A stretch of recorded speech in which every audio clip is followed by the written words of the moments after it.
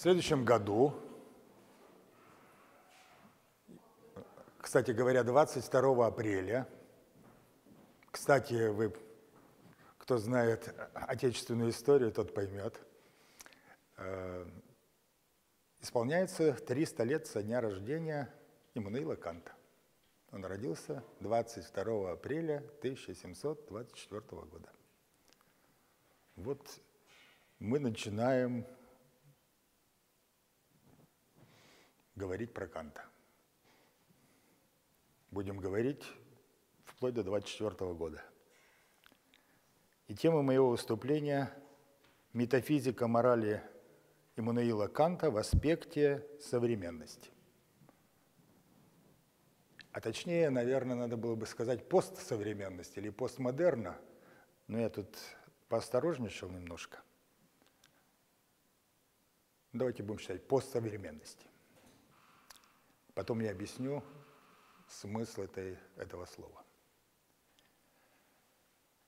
Обращаясь к этой теме, я попытался ее включить в контекст 3 проекций, что ли. Первая проекция связана с тем, что метафизику морали Канта нельзя рассматривать вне просвещенческого идеала суверенного, универсального разума. Ну, ибо вообще Кант один из представителей европейского просвещения, один из ярких представителей европейского просвещения. Вторая проекция связана с тем, что, говоря о морали Канта, мы не сможем избежать связи, сравнения кантовской постановки вопроса о морали с его решением других философских вопросов, вопроса о познании, вопроса об искусстве, о культуре и, кстати говоря, и вопроса о религии. То есть вопрос о морали мы будем рассматривать или попытаемся рассмотреть в связи с целостностью, которую можно обозначить как критическая философия Иммануила Канта. Ну и третье, это вот то, что и задает необходимый контекст, это то, что мы должны в третьей проекции постоянно удерживать перспективу проблематизации вот этого просвещенческого идеала универсального суверенного разума, которая произошла, эта проблематизация, в эпоху постсовременности или постмодерна. Ну вот, начать бы я хотел с того, что в 1784 году Кант пишет небольшую статью, которая называется, не пишет, а публикует, статью, которая называется «Ответ на вопрос, что такое просвещение». И что же главное формулирует Кант в этой небольшой статье? По сути дела, ее можно рассматривать как манифест эпохи Просвещения. Что же там Кант формулирует? Во-первых, он говорит о том, что просвещение – это то, что можно называть преодолением, вернее, выходом человека из состояния несовершеннолетия. А несовершеннолетие он понимает как жизнь под опекой, внешней опекой, жизнь на помочках, жизнь не самостоятельная. Преодоление вот этого несовершеннолетия Кант связывает с тем, что мы должны набраться мужества пользоваться собственным умом. Почти дословно цитирую то, что Кант пишет в этой небольшой статье. Теперь третье. Благодаря тому, что мы находим опору в собственном разуме, мы можем преодолеть то, что мешает нам стать совершеннолетними. а именно ленность и особенно страх.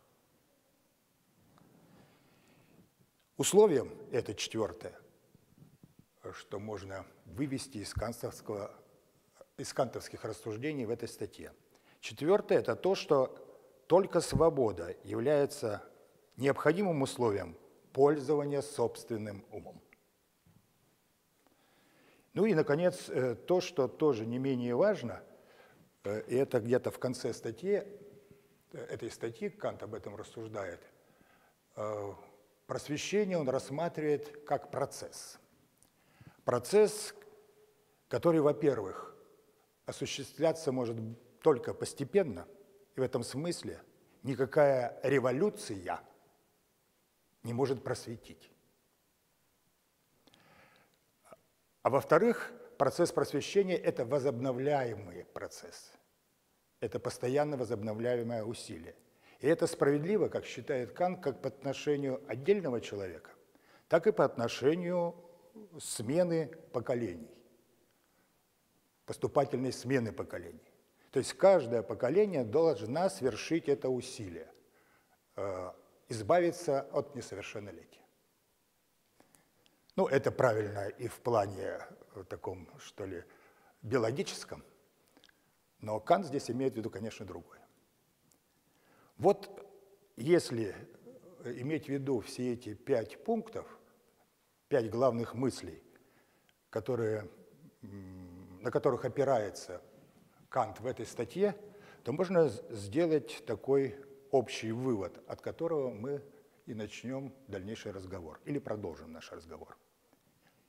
Идеал просвещения, идеал Канта – это универсальный, суверенный разум, который может стать достоянием каждого человека в условиях всеобщего права на его свободу и достоинство. Кстати говоря, я могу подкрепить вот такой вывод, который я сформулировал, опираясь на работу, вышедшую уже в XX веке, двумя представителями философии франкфуртской школы Теодора Адорно и Макса Хоркхаймера. Эта работа вышла в 1947 году и называется «На диалектика просвещения». Так вот, в этой работе Адорно и Хоркхаймер пишут следующее. Просвещение всегда преследовало цель вырвать людей из состояния страха и превратить их в хозяев собственной жизни. Вот я думаю, что здесь Адорно и Хоркхаймер совершенно точно выразили то, что говорил в своей статье задолго до них Иммануил Кант, имея в виду просвещение.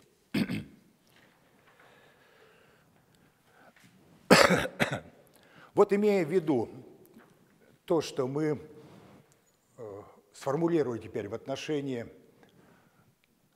того, чему Кант служил, мы теперь можем обратиться к его критической философии. Обозревая уже пройденный путь своего критического философствования, Кант в работе «Логика» формулирует, 3 вопроса, которые, по его мысли, являются самыми главными и самыми важными для философии. Ну вот я здесь процитирую. Всю философию можно свести к ответу на 3 вопроса. Что я могу знать? Это критика чистого разума. По мысли Канта должна ответить на этот вопрос. Что я должен делать? И ответ на этот вопрос Кант ищет в основах метафизики нравственности и в критике практического разума. Ну и, наконец, 3-й вопрос. На что я могу надеяться? Вот ответ на этот вопрос у Канта предложен в критике способности суждения. Кант дальше продолжает, что ответ на эти 3 вопроса в конечном счете позволяет нам надеяться на то, что мы поймем, что такое человек. И кажется, вот читая эти формулировки Канта, что вот человек именно и есть храмовый камень критической философии Канта. Ну, храмовый камень в архитектуре – это тот главный камень, на котором держится собор. Ну, еще иной вариант – это камень, который удерживает купол собора. Но на самом деле это не так. И даже неразумный человек является исходной точкой в кантовском критическом философствовании. А я бы сказал, что исходной точкой здесь является разумность. Разумность. Вот это действительно храмовый камень, на котором строится кантовская критическая философия. Разумность – это то, что позволяет, не позволяет, вернее, изъять человека из мирового целого. Поэтому вся конструкция Канта предполагает эту разумность, работает на эту разумность.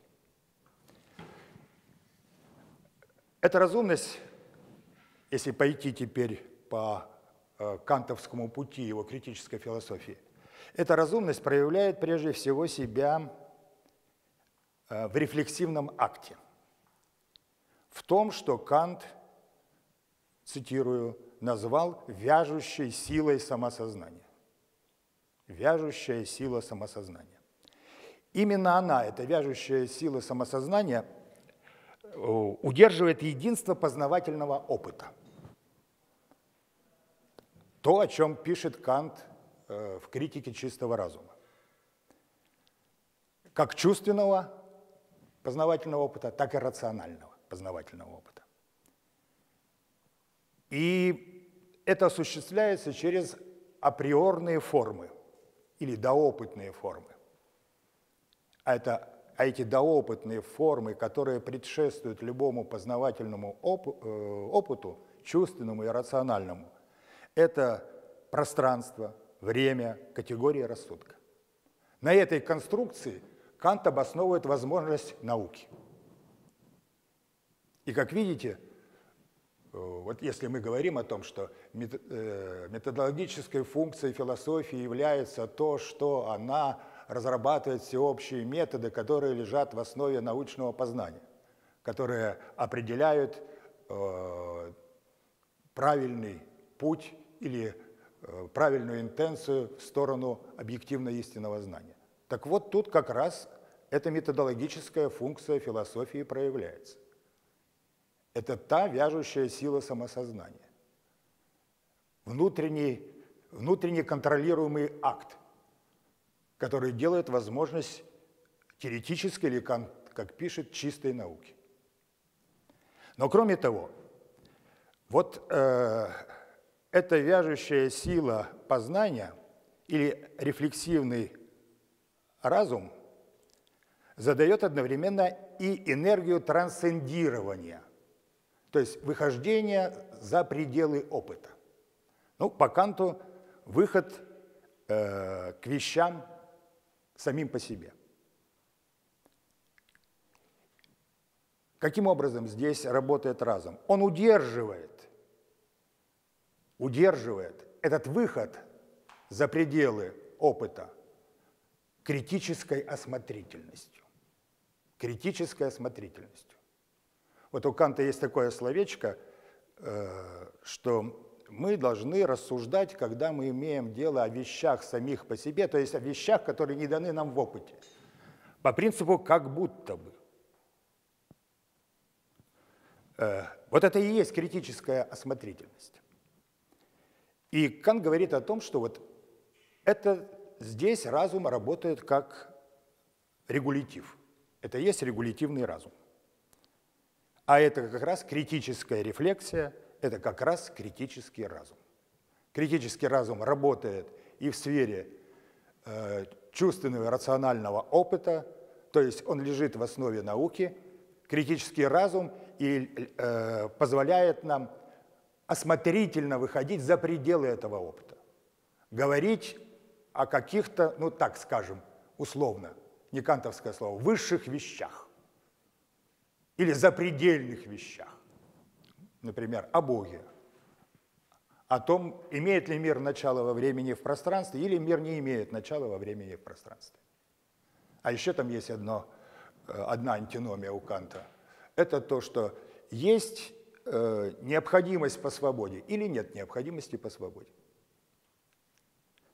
Вот все, что я сказал, как вы поняли, относится к критике чистого разума. И, как видите, там главная доминанта – это именно разум.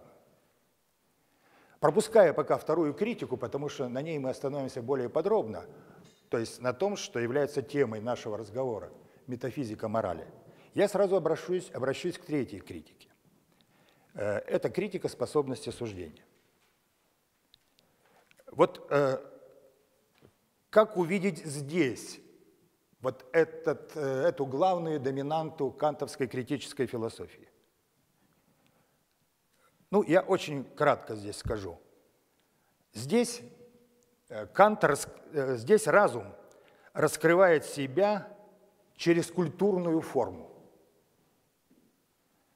обогащая себя через публичность и сообщаемость. Вот слово «публичность» и «сообщаемость» – это слова Канта. Это слова Канта. Кстати говоря, обращая внимание на сообщаемость, чем это не модная нынче словечко «коммуникация». Через это присутствие разума в культурной форме происходит снятие, о чем Кант говорит подробно, антиномии суждений о вкусе. Но если обобщенно сказать, то о чувстве вкусе можно, о вкусах, как говорит Кант, можно спорить, о вкусах нельзя спорить. И то, и другое вроде бы справедливо. И вот эта антиномия разрешается как раз через публичность и сообщаемость.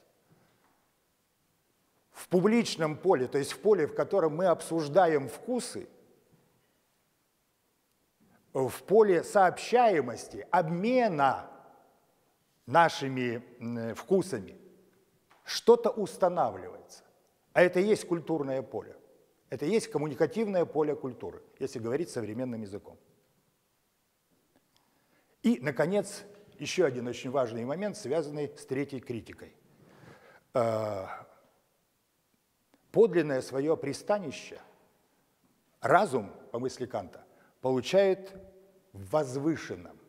Ну, вообще, именно вопрос о прекрасном и возвышенном является главными предметами кантовского анализа в этой третьей критике. Так вот, если мы имеем в виду возвышенное, то здесь разум в своей обители. Почему в своей обители? Потому что здесь разум совершает прыжок в бесконечность. Бесконечность, у которой нет вне нее цели. Возвышенная не служит чему-либо, она сама цель. И она, во-вторых, бесконечность. Открывает пространство бесконечного. То есть здесь нечто похожее на то, что Кант говорил про вещь в себе. Ну, возвышенное тоже можно рассматривать как ноумен, то есть то, что находится за пределами опыта.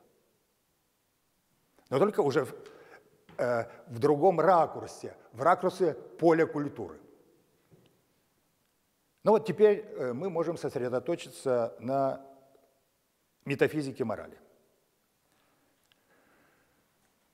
Начну с цитаты из еще одной работы кёнигсбергского мыслителя. Это работа «Религия в пределах только разума». Эту работу Кант написал под псевдонимом. И, наверное, вы понимаете, почему. Ну, уже само название для того времени выглядело шокирующим. Религия в пределах разума. То есть, можно так сказать, религия в оковах разума. Это что? Разум высшей религии? Но, тем не менее, Кант пишет эту работу. И вот что мы читаем в одном из мест этой работы. Кант пишет: «Разумно вести себя таким образом, как будто нас, безусловно, ожидает иная жизнь. И при вступлении в нее будет учтено моральное состояние, в каком мы закончим нынешнюю». Очень интересная фраза. И я бы здесь выделил некоторые ключевые слова. Начну не сначала. Во-первых, вот это словечко «как будто». Смотрите, это слово «как будто» ставит вопрос в отношении религиозности Канта, которая дискутируется до сих пор.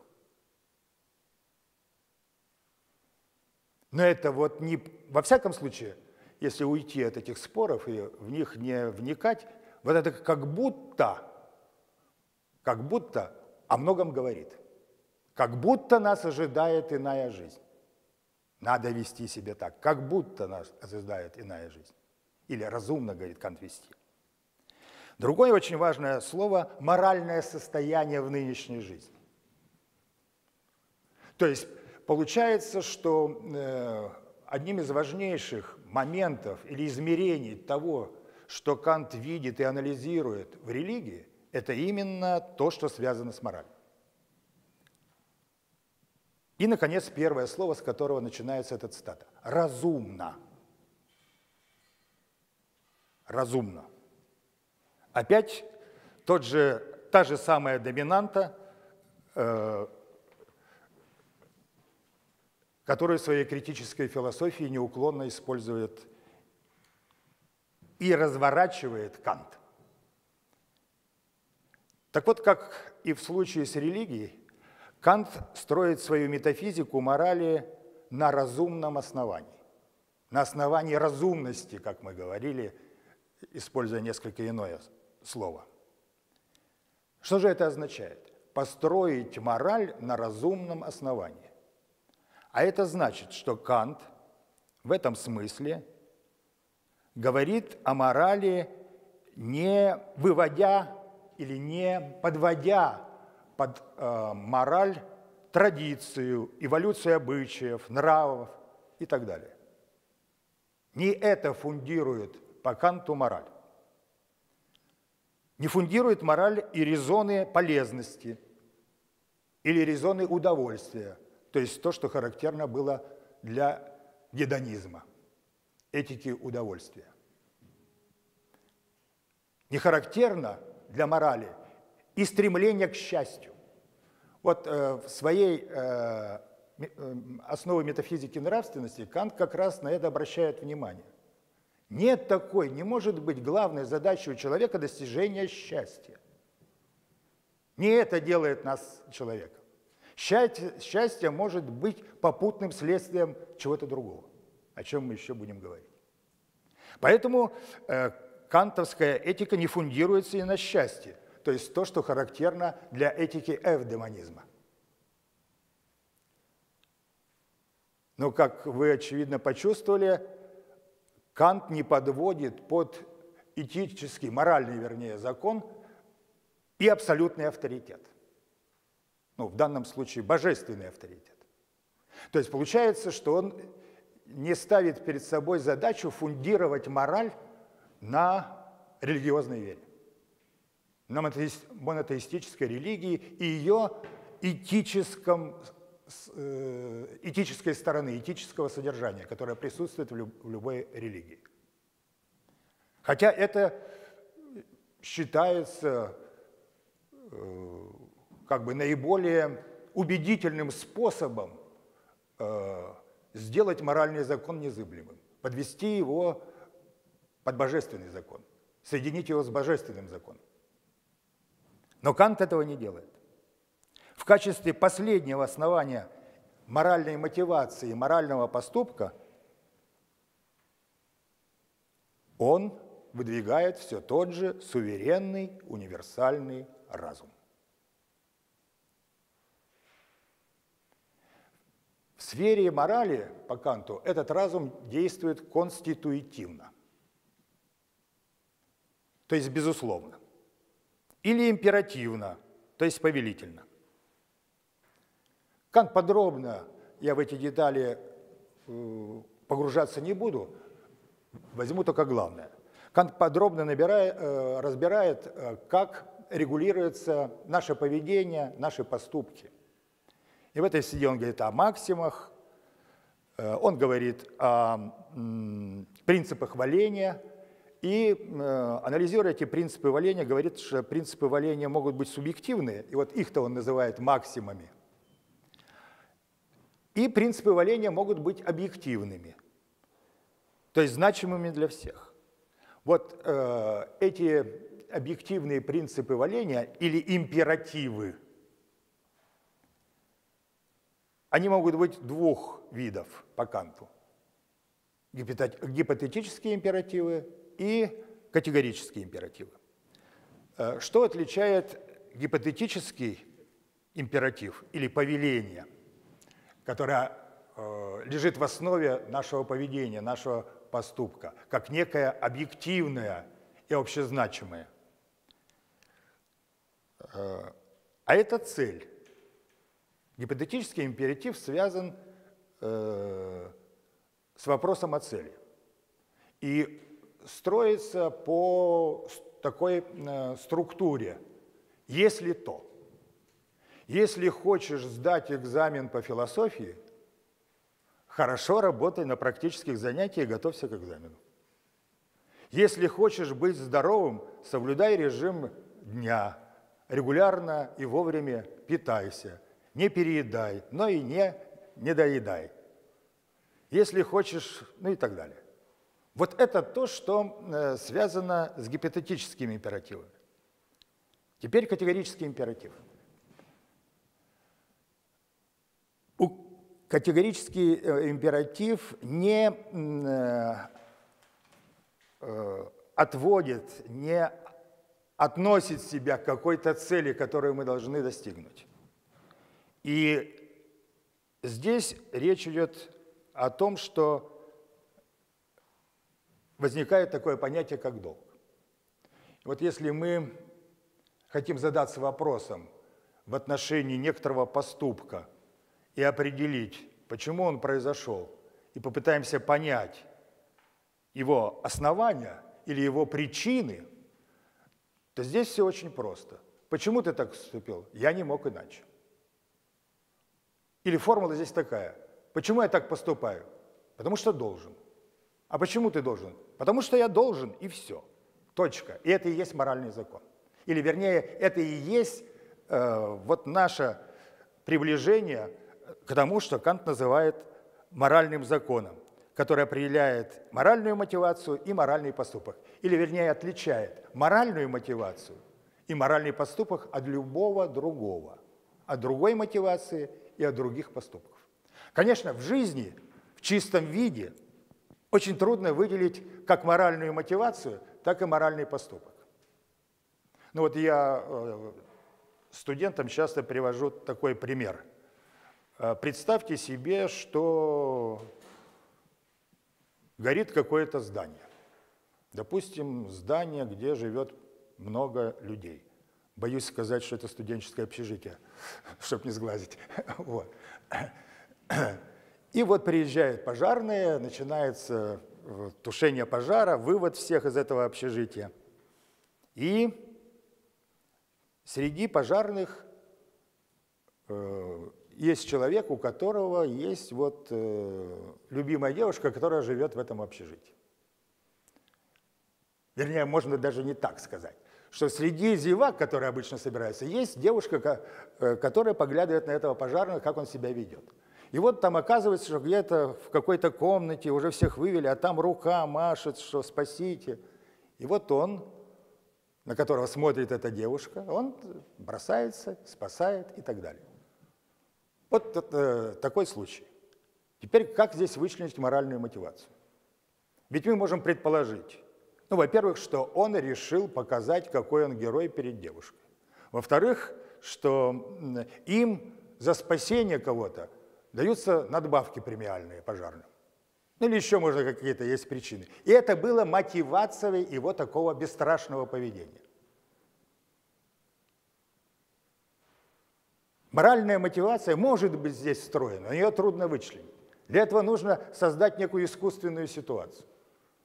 И тут я привожу обычно другой пример.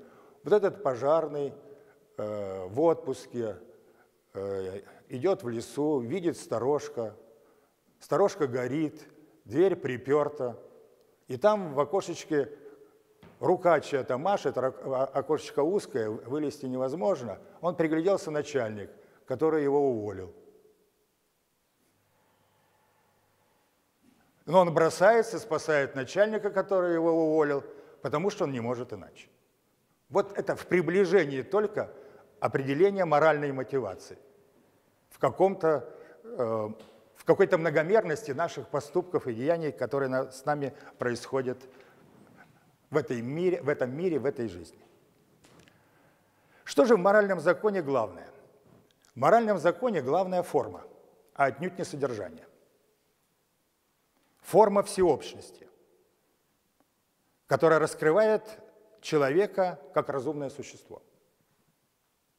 Кроме того, когда мы говорим о том, что в моральном законе главная форма, а не содержание, то здесь мы имеем в виду следующее, что во-первых, об всеобщности.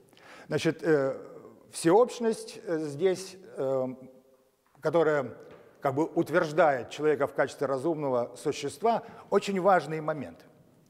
Что здесь получается? Получается, что здесь вновь Кант решает очень важную антиномию, та, которая присутствовала в критике чистого разума. Есть ли необходимость по свободе или нет необходимости по свободе? Почему важно разрешение этой антиномии? Если в этом мире нет необходимости по свободе, то это значит, что человек ничем не отличается от причинно-следственных сцеплений окружающего его мира. Значит, он действует как биологическое, допустим, существо, у которого есть инстинкты, у которого есть потребности в еде и так далее и тому подобное. Продолжение рода, в объединении с другими себе подобными. Но все это может быть объяснено по причинно-следственным законам, по причинно-следственным связям. И тогда мы растворяемся в этом мире, тогда нас не отличить, мы не выделяемся из этого мира. Более того, даже если мы верим в Бога, нас трудно вписать в этот мир. Нас можно вписать в этот мир только тогда, когда наряду с необходимостями, которые связаны не с причинно-следственными связями, а есть необходимости, которые связаны с необходимостью по свободе. Когда я сам становлюсь источником своего деяния, своего поступка. Когда ничего не толкает меня к тому, чтобы что-либо совершить. И здесь мы подходим ко второму, к тому, что я начал говорить, но потом прервался. Это то, что в моральном законе главная форма. И эта форма не зависит от содержания. А в данном случае речь идет о чем? Обстоятельства, условия, психические состояния, культурный и социальный контекст и так далее. Ничто не должно определять, ничто не должно управлять моральным поступком. Ничто это не управляет моральным поступком. Это и есть содержание. Понимаете, иначе было бы так. Вот есть евангельское правило, ну даже можно сказать библейское правило, не убей. Если бы мы рассуждали так, принимая во внимание контекст, не убей, но если сложатся так обстоятельства, и тебе не остается ничего, то можешь убить. Не убей, но если вдруг тебе прикажут, то убивай. Не убей, но если ты находишься в обстоятельствах определенных, то убивай как можно больше. Вот моральный закон не терпит таких объяснений. Это не означает, что он накладывает запрет на убийство. Он просто, моральный закон, постулирует то, что убийство ни в каком случае не является моральным благом. Вот в этой связи можно вспомнить некоторые русские традиции. Воины русской армии после того, когда они постреляли за день, они потом совершали молитву, чтобы снять с себя грех убийства. Кроме того, было принято, что человек, вернувшийся с войны, полгода не допускался к причастию.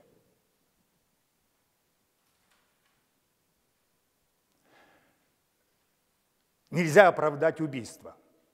Не убей, всегда не убей. В любых обстоятельствах, какое бы содержание, смыслы, контексты мы здесь не имели в виду. Почему это важно? Потому что если рассуждать иначе, то моральный закон опрокидывается. Опрокидывается. Всегда можно найти объяснение, которое бы говорили, а вот здесь исключение, ребята, вот здесь можно. Именно так действовал Родион Романович Раскольников. Ну, все вроде бы правильно. Это старушка, которая обкрадывала нищих студентов, давая им в кредит деньги. И на этом наживалась. Ну, правда, не сравнить с нашей эпохой. И примеры героев, о которых вспоминает и думает Родион Романович Раскольников, и даже формулу «я тварь дрожащая или право имею». Не случайно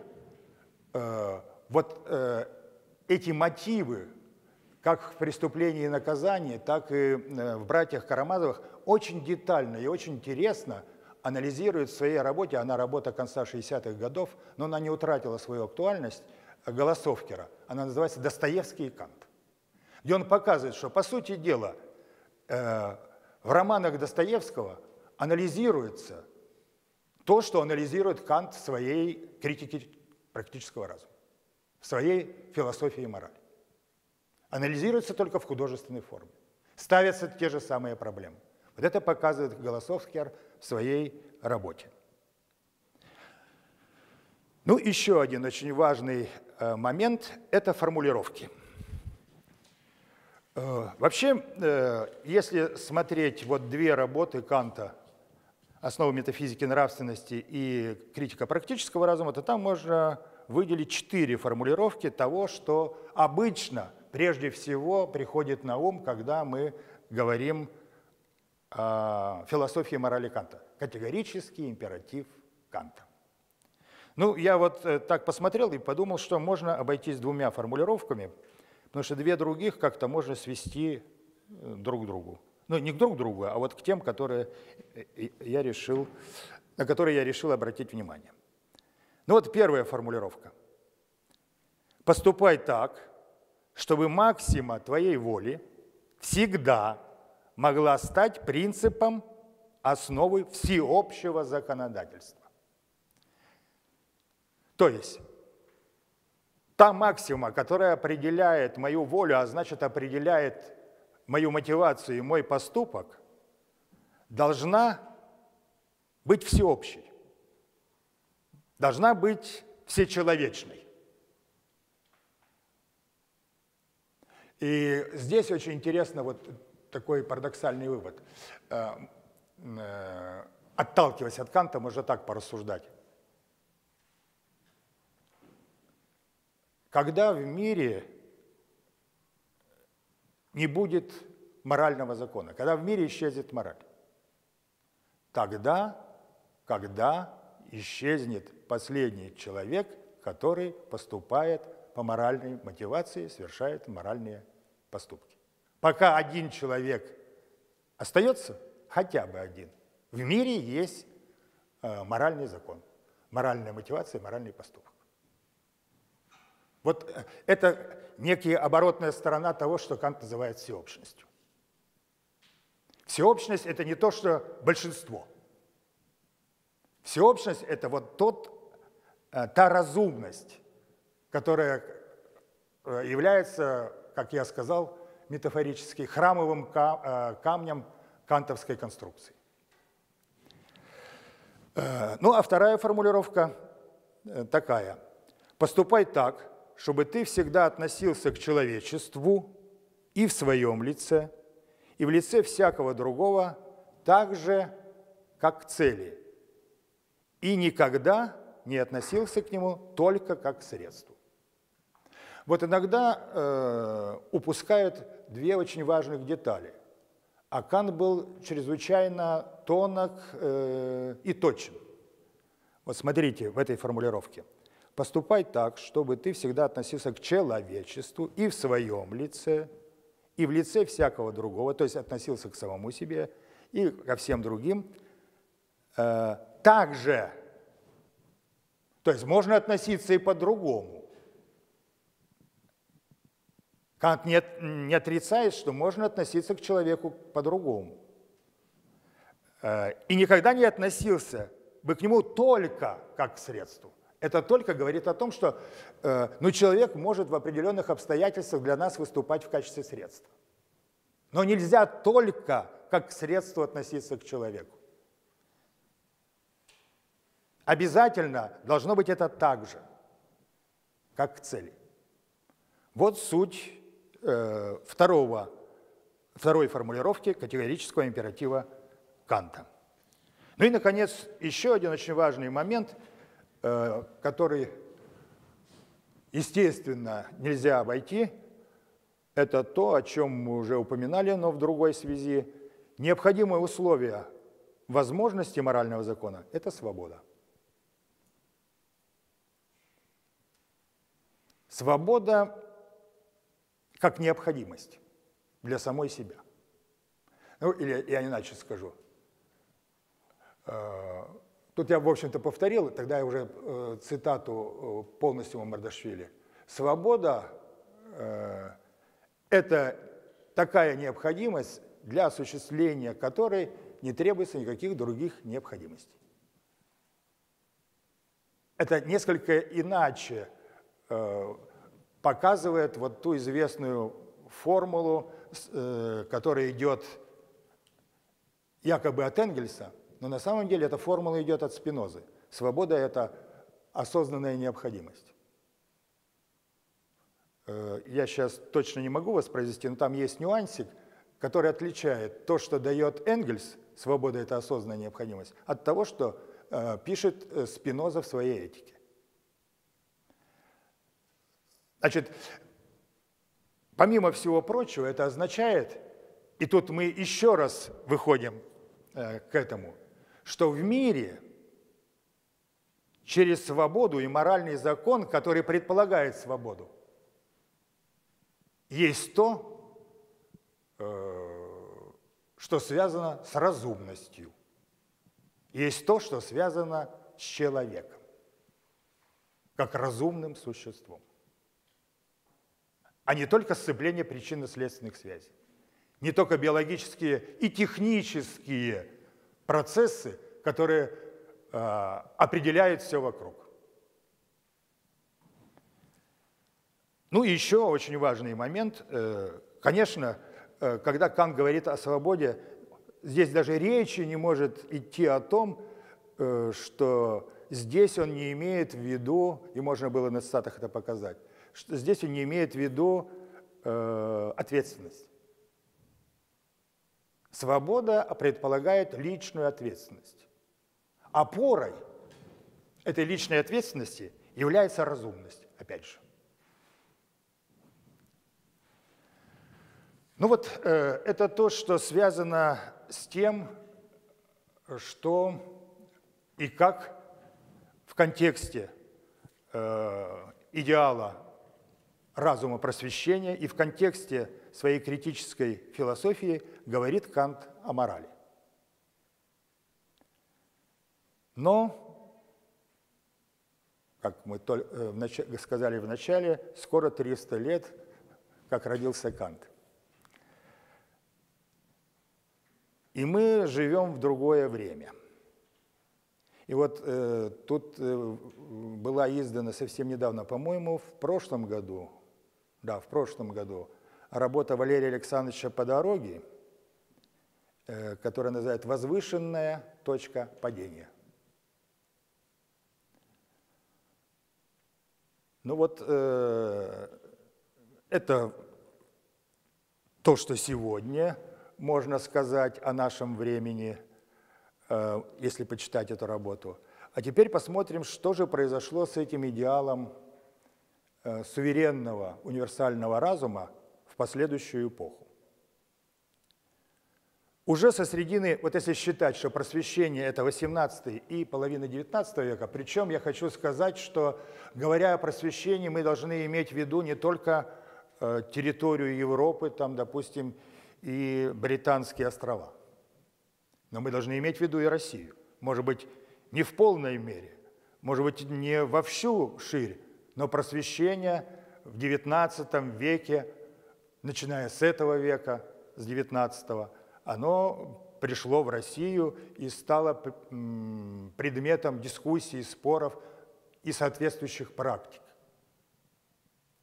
Ну так вот, что происходит дальше? Уже к середине XIX века вот этот идеал универсального суверенного разума начинает подмываться или подвергаться сомнению с разных сторон. Ну, я тут из разных сфер выбрал имена, но зато они знаковые или показательные. Шарль Бодлер «Цветы зла». Здесь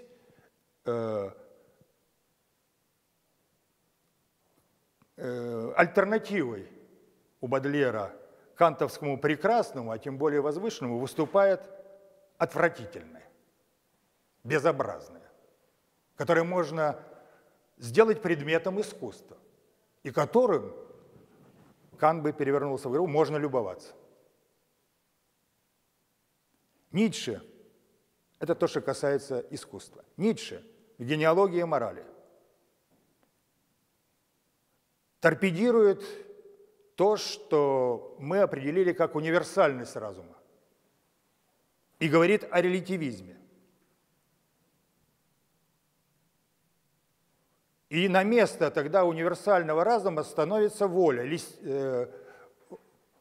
как Ницше говорит, воля к власти. Вот здесь требуется разъяснение. Воля к власти – это не утверждение гегемонии какой-то, а воля к власти – это соотношение сил, силы продуктивной и силы реактивной. Но это отдельный разговор, это разговор, который может быть связан с Ницше. Дальше. Зигмунд Фрейд говорит о том, что, оказывается,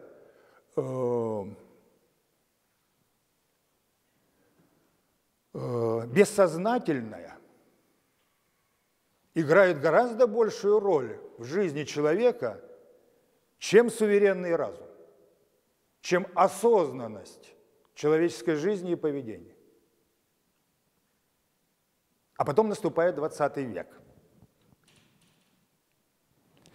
И 20 век, который вместил в себя 2 мировые войны и 1 холодную, 20 век, который много чего вместил, и вот мы уже слышим из уст Адорно и Хорхаймера, которых я цитировал, вопрошание. Какой разум может быть после Освенцима, Холокосты, Колымы и Хиросимы?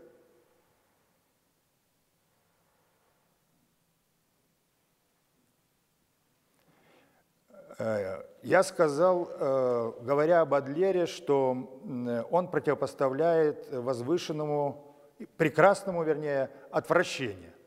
Но ведь и возвышенное в 20 веке, особенно во второй его половине, серьезным образом нивелируется, отбрасывается, осмеивается или замещается. Ну вот, например, что такое глянец? Глянец – это совсем не прекрасное, а уж тем более не возвышенное с точки зрения критериев Канта. Что такое дизайн? Никакого отношения к возвышенному дизайну не имеет. Это все то, что связано с удобствами. Но кроме того, еще более опасное явление появляется в 20 веке. Это то, что можно назвать, ну не только в 20-м, истоки были ранее. Кстати говоря, об этих истоках сейчас скажу, кто первый это увидел. Появляется то, что можно назвать ложным возвышенным. Вот у Канта был современник, его оппонент. Это Берг, французский мыслитель, писатель консервативного толка. И он тоже писал о прекрасном и возвышенном, так же, как и Кант. Но в отличие от Канта, возвышенное для Берга было не прибежище разума, а возвышенное – это то, что ведет нас в бездну. Возвышенное – это то, что нас ведет, короче говоря, не туда. И из этого анализа, ну не только, может быть, из этого анализа, Берг делает вывод о том, что надо сохранять, поддерживать консервативные ценности. Кстати говоря, эту работу Берг написал до Великой Французской буржуазной революции. И предвидел все то, что в этой работе о прекрасном возвышенном, и предвидел вот появление этого ложного возвышенного. Есть ложное возвышенное, которое на самом деле ведет человека к крови, агрессии,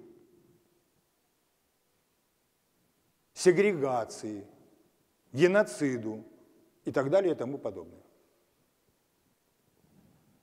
Вот это ложное возвышенное стало предметом анализа по разным направлениям и в разных гуманитарных, не только в философии, но и в гуманитарных науках. Ну, например, были утопии, а появились антиутопии. Эта антиутопия разоблачает ложное возвышенное, ложные идеалы. То есть, короче говоря, если делать вывод, то получается так, что происходит расчеловечивание. Кант возвышал человека, находя такую опору в его присутствии в этом мире, как разум. А здесь происходит нечто другое. И тогда возникает вопрос. Может быть, два вопроса. Ну, первый вопрос такой. Это состояние приходящее? Мы выплывем к каким-то новым горизонтам? И вообще, второй вопрос. Что нас может спасти? Вывести из этой ситуации? Я не хотел бы завершать так пессимистически, поэтому хочу назвать философов, мыслителей, которые что-то предлагают по этому поводу. Ну вот Хайдеггер, например, в своем последнем интервью, отвечая на вопрос журналиста, ответил: может быть, ну правда в вопросительном плане, может быть, спасет нас только Бог. Непонятно, какого Бога имел в виду Хайдеггер, но вполне возможно, что философского Бога. Ну вот, а Берг, о котором я говорил, и идеи которого как бы потом возобновлялись, говорят о том, что нам нужно вернуться к традиции. Нам нужно сделать консервативный поворот. Нам нужно вернуться. Разум разоблачил себя, разум не может нас спасти, поэтому нужно опереться на традицию, обычаи, ну и так далее. Но есть и другие варианты. И вот, например, мне симпатичен вариант Юргена Хабермаса. У него есть работа, которая называется «Модерн. Незавершенный проект». Юрген Хабермас – младший представитель критической философии франкфуртской школы, социальной философии франкфуртской школы. И вот в работе модерн незавершенный проект, он говорит о том, что модернизация не завершена. Модернизация теперь должна затронуть социальную и личную жизнь людей, преобразовать их социальное бытие и преобразовать их поле их личной жизни. Об этом же Хабермас, ну не об этом же, и в этой связи он предлагает то, что он называет коммуникативным разумом. Именно коммуникативный разум вот становится тем инструментом или той опорой, который может вот, завершить проект модерна.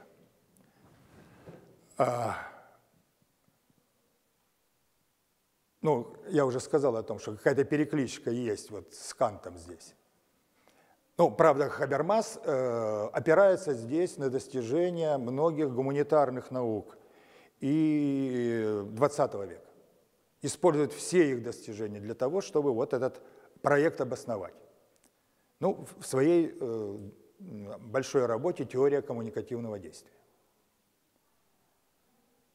И очень важно, на мой взгляд, вот такая мысль, такая идея Хабермаса, что главным противоречием современного общества, а это общество называет современный капитализм, это противоречие между системой власти и денег с одной стороны и жизненным миром с другой.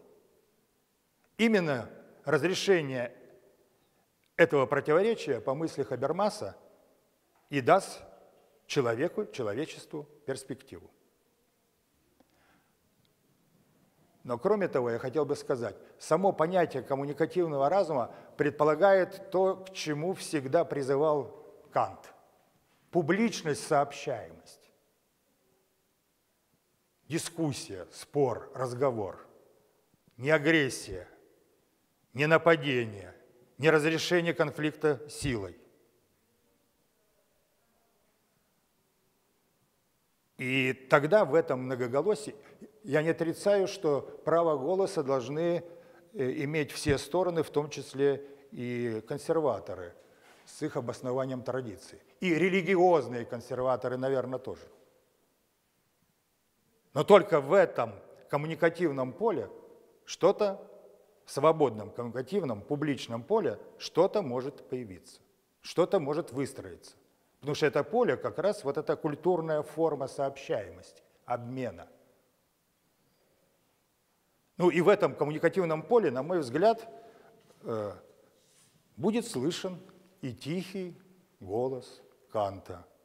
Имей мужество использовать свой собственный разум. Спасибо за внимание.